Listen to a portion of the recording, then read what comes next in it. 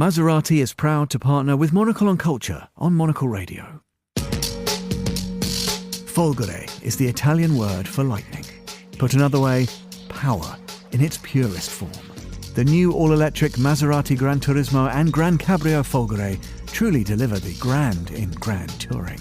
With up to 450 kilometers on one full battery charge and flashing from 0 to 100 kilometers an hour in just 2.7 seconds, Folgore delivers. Higher speed, blazing acceleration, and sensational agility. A true Maserati sports car on its own terms. And Folgore can count on the largest network of power points in the world. And thanks to ultra-fast charging, getting back up to 100 kilometer range takes just a few minutes. You see, the world is changing. Roads are changing.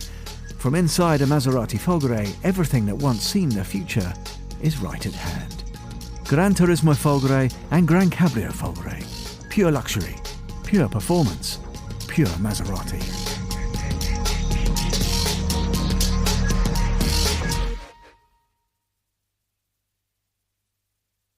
Making a masterpiece begins with a vision. An artist sees a version of the finished form in the raw material and decides to mould it to their design. Are they already planning the path from which a heavenly body will be rendered?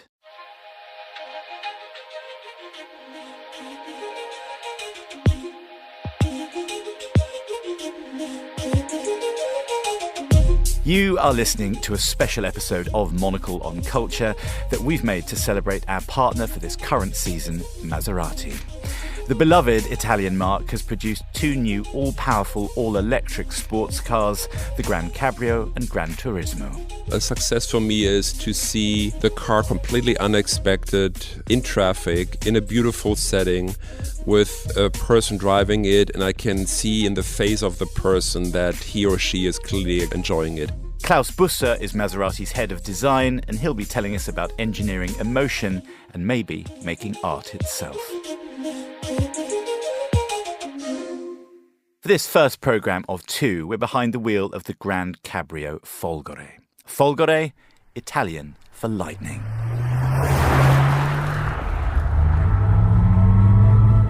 Driving south from Maserati's Modena home to the marble quarries at Carrara is to witness the forging of new forms, animated and electrified where elements collide. Plains into trees, into hills, into the Apennines, and then, with the Gran Cabrio's soft top stowed, down into Ligurian sea crowned with heat haze, and where rock becomes sand, into sea, into vapour, somewhere becoming rain.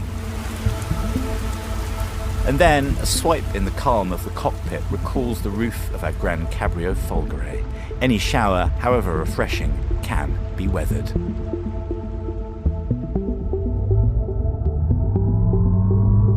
With the car so pitch perfect, so persuasively turning heads, I had to ask Klaus, where on earth do you start with designing a brand new Maserati? He and his team, after all, are no strangers to the brushstrokes, materials, and the vision of their great Italian forebears. If we have the chance to start an all-new program, an all-new car, it is indeed very philosophical, very theoretical, and a lot of words, a lot of talking. And we would find ourselves sitting in a group, a small group, big group, doesn't matter, and trying to define what the right of existence is for that product, what it's going to do for the brand, how it's, where it is going to take the brand and potentially elevate the brand. And that is a process that can take weeks, sometimes even months. And it's an important part we do it this way because we don't want to just start sketching without having really a clear idea what this whole thing is about. And once we get to a point where as a team we feel like, yeah, I think we understand where we want to go. And I can give you an example of what that means. You know, you can say, okay, I want to do a car that is very aggressive, that has a lot of spoilers, a lot of air intakes. That's a completely different animal than to say we want to do a rolling sculpture that is purist and it's going to be appreciated for the simplicity of the design. And those are completely different baskets of design. So we're going to make that decision, this kind of philosophical debate we have before. And then once we feel pretty comfortable with where we want to go, the car almost designed itself in our heads already, and all we have to do is to put it on paper. I'm kind of reminded of how Karl Lagerfeld used to work, where he would draw all the time he was talking or being interviewed or speaking with his team. I understand that he never had a pencil kind of out of his hand. Is that how you describe things, or do you start with words, I wonder? I didn't know that about Karl Lagerfeld, but I'm absolutely identical. As a matter of fact, one of my team members, she knows immediately when I start thinking and, pausing, she immediately looks for a pen and a paper, and she just, nonchalantly pushes it over the table into my direction.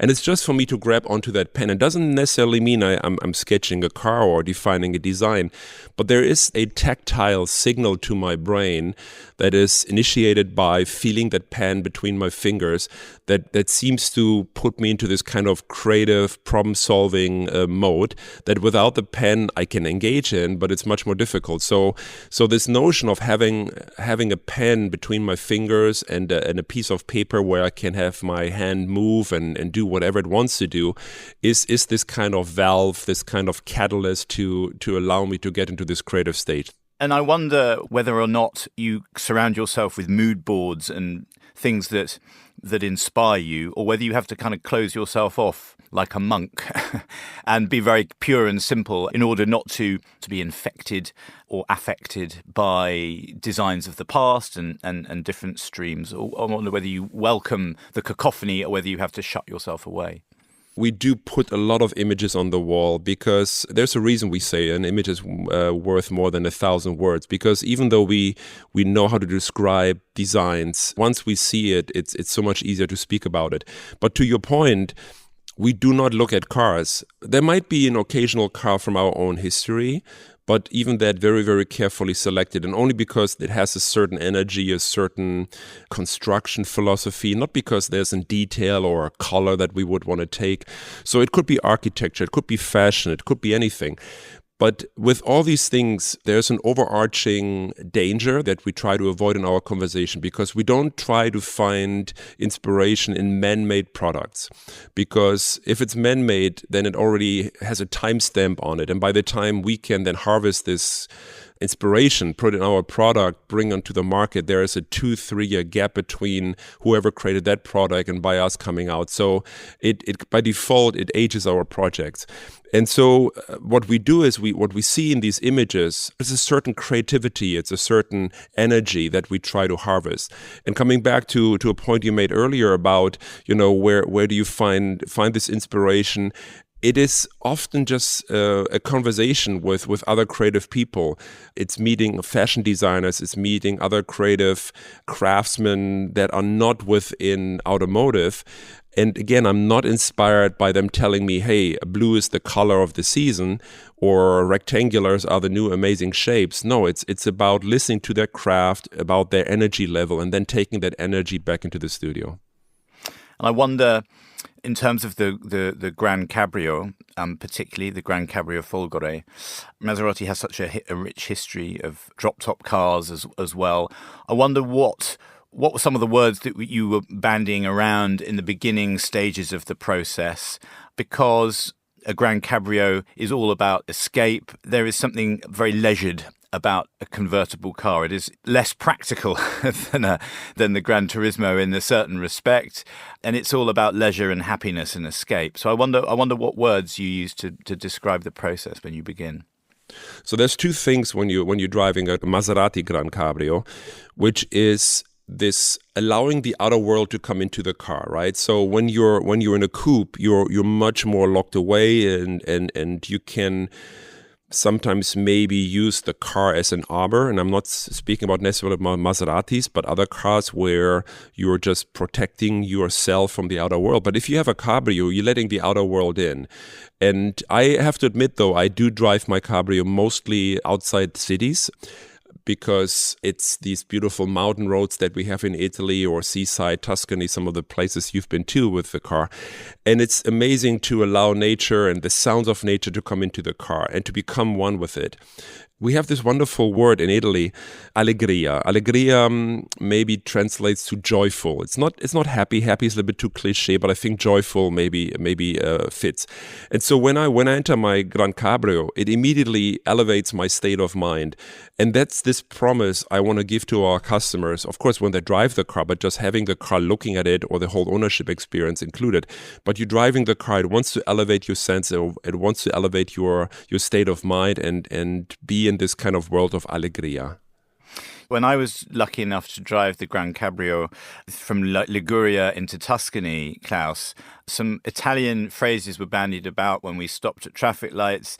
Children were running behind us, literally chanting, La bella macchina, at us in the car. The Gran Cabrio in its current form, its new form, elicits the sort of response you'd have got in a film in the 1960s to a beautiful Italian sports car.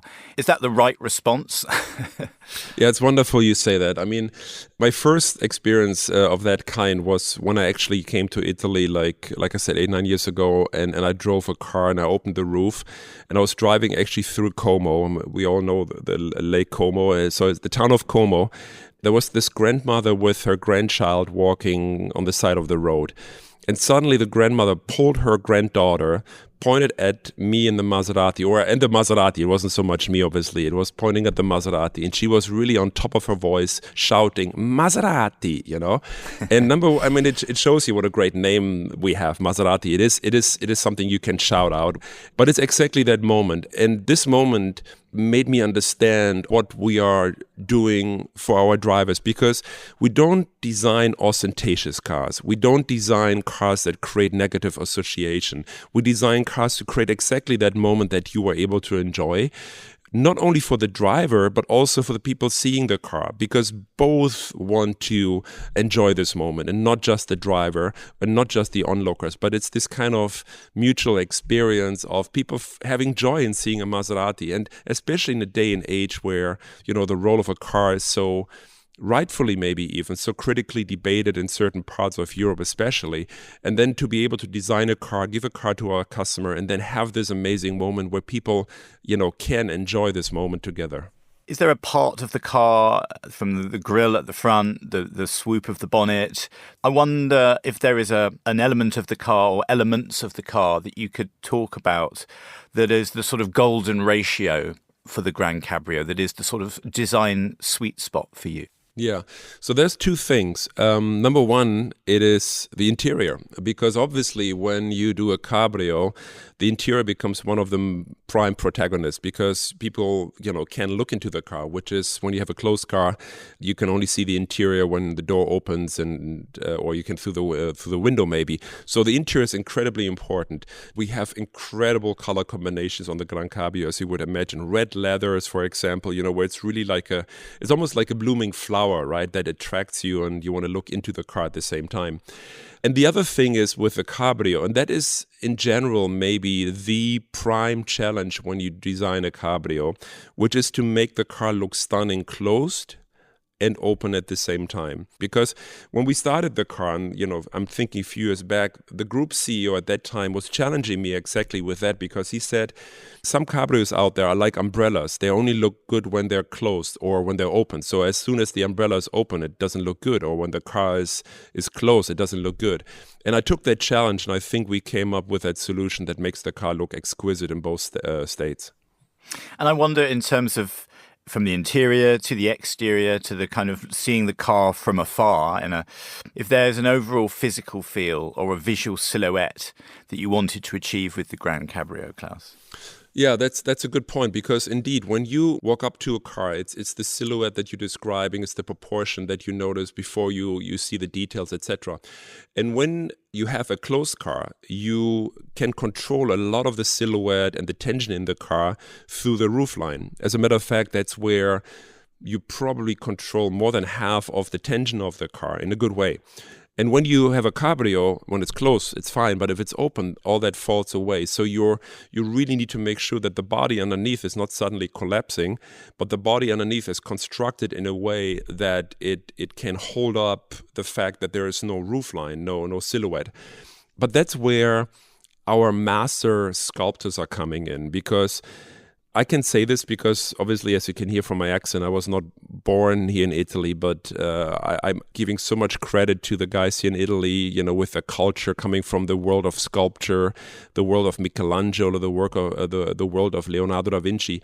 And in a way, the people that are sculpting these days, Maseratis, I kind of see them, you know, respectfully as descendants of Michelangelo and all those sculptors of the Renaissance. Because when you look at our cars, yes, they're done in the computer because eventually you need to do feasibility, you need to do tooling. So there's a set of data of every car. But the key is that all these cars, before we deliver them to engineering for the final tooling, they're all hand sculpted. Every car goes through that modeling process where we touch it by hand and we fine-tune it by hand with these sculptors. And they don't need my guidance. It's actually the opposite way. You know, they see the sketch, they see the model for the first time. They kind of push me away. They say, yeah, we got it, Klaus, you know, come back in a week or two. And then they just go through the surfaces and make them exquisite. And the result is a car like the Gran Cabrio that, you know, to your point, when you walk up to it from a distance, there's no roofline to hold it together. You see the muscles, you see the highlight crossing the body, and it's just a sculpture that you're approaching, and it's absolutely beautiful. Speaking of sculpture, when we planned our road trip in the new Gran Cabrio in the first place, we wanted to visit the Carrara marble quarries, where Michelangelo himself sourced his materials. See the quite epic pictures in the October issue of Monocle. There, in the cutely named artist community and studios at Bedrock, so very Flintstones, we met the sculptor Valeria Greco. Valeria has come to specialise in using Carrara marble wherever possible for the exquisite way in which it responds to the artist's intention. As the summer sun beat down and bounced off the brilliance of the mountain's raw materials, Valeria and I found a spot in the cool of the white dusted shade to talk about the magic of marble. Wow. And here we find ourselves in an oasis of cool and relative calm. We're in an art studio full of amazing artefacts, models in plaster and in marble. And we're at the Carrara marble quarry, world famous. And this studio is worked in by you, Valeria. Would you mind introducing yourself? Hello, I'm Valeria. I come from South Italy. And I came in Carrara around 11 years ago. I'm working with black marble, and I like because the color for me explains something more. And here in Carrara you can find every kind of material because artists come here to make sculptures. And marbles arrive from everywhere also from the world, not only Carrara's marble. And we're greeted by two of your works here. Do they have a name? One, yes, this on the right. Name is Vegliante. It's like a night guardian. During the night there is someone that controls the night, like something like this. Like a night watch. Yeah. So she's almost watching over this town or this section of a city at night time. Yeah, maybe, yeah. Like a guardian. Yeah. How much of your artwork comes purely from your imagination, and how much of it comes from seeing a face in a magazine or a face on the street? How much of it is inflected perhaps by the world that we live in and the news and things like this, and how much of it is purely dreamt up? My inspiration comes from mostly inside. I look very much outside. I like to see people's character, what they are doing, for example, on the train. I like to observe what is around of me. And every time I'm surprised about what I make. This is, for me, is important because making art, I discover also what is inside me, and something that I didn't understand before then is more clear. And how does it feel being an artist working in the shadow of this incredible source of marble? I mean, this is where Michelangelo famously sourced his materials from as well. There is an amazing historical kind of shadow and echo that comes from this mountain as well. Is that a sobering thought? Does that inspire you? You know what I mean? Is it pressure? I wonder to be making artwork literally kind of in the shadow of this mountain and of some artistic giants.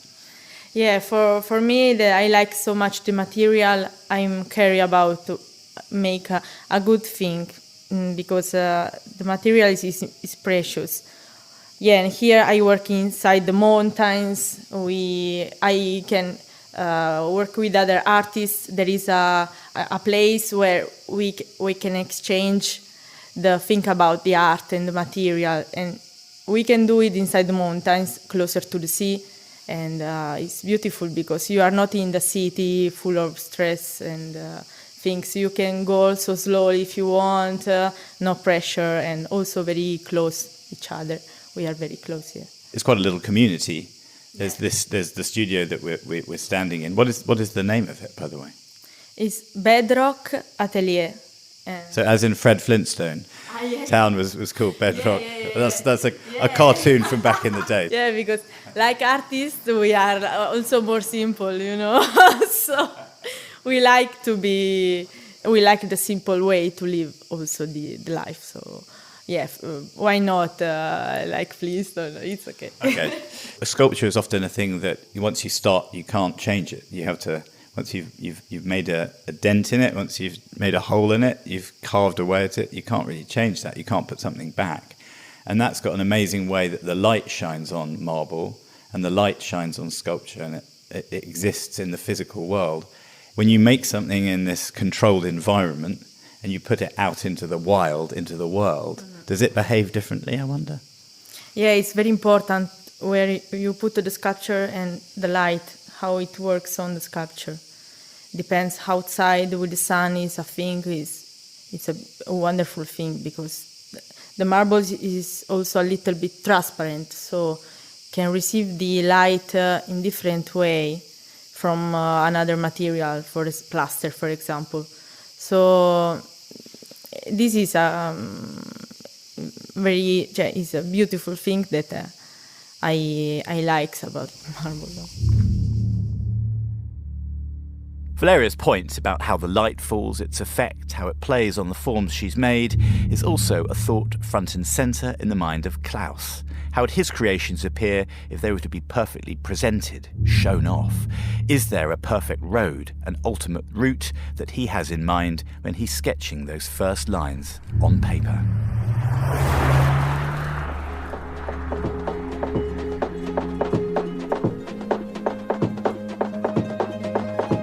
There's not just one road. Think of any of these beautiful roads. I was just 4 weeks ago on Highway number 1 in California. Then, of course, I'm located in Torino, so we have the Alps with the amazing passes. We have Liguria, we have Langhe, the wine region of the Barolos and Nebbiolos at our doorsteps. Lago Maggiore, where we met, is here around the corner. So there's so many amazing roads. But I think the key is, whichever road you pick, it is about being there to drive, where the road is the destination and it's not just a point on the map.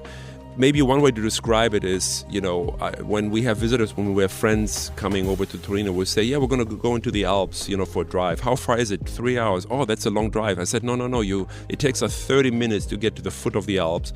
And then for 2.5 hours, we're just going to go through valleys and beautiful passes. And that is actually already the sensation. That's where we want to go, to be out there driving with a car. And because you're driving a Gran Cabrio, again, the beauty of the road, everything is so visible. It's coming in, there's no roof blocking your view. So it's absolutely the right way to approach these roads and be one with them. What is success for you for the design of the Gran Cabrio? I would say in general, a success for me is to see the car completely unexpected, in traffic, in a beautiful setting, with a person driving it, and I can see in the face of the person that he or she is clearly enjoying it. I actually do, when I'm in traffic, maybe it's a weird thing to say, but I actually look more at the face of people driving the cars than the cars themselves, just to see how do they feel. Actually, they sad in their car? Are they smiling? Are they smiling by themselves? Are they smiling because there's a person next to them? They have a great conversation. I'm so happy when I see a car and I see the people driving it, with a smile on the face, and even better when there is an interaction with people around them, either the car is parked or people giving the thumbs up or taking a photo. That's why I'm saying, yeah, we did the right thing. I think we can wholeheartedly agree. The Gran Cabrio's power and poise shifted our horizons from plains into hills into shorelines, and there is nothing in our mirrors but the road's sweet memory. And Journey's End is a shame, but with more to explore, the thrill of the drive isn't over. Next month's Maserati adventure is a mere change in the weather away. Many thanks to Maserati's head of design, Klaus Busse, and to the sculptor, Valeria Greco. And to see more of Valeria's wonderful work, visit valeriagreco.net. This special edition of Monocle on Culture was produced by Holly Fisher, with Steph Chungu and Andrea Gobi as studio producers. We'll be back with another programme dedicated to the Maserati Gran Turismo Folgore next month to match our print story in the November issue of Monocle. In the meantime, I've been Robert Bound, and thank you for tuning in.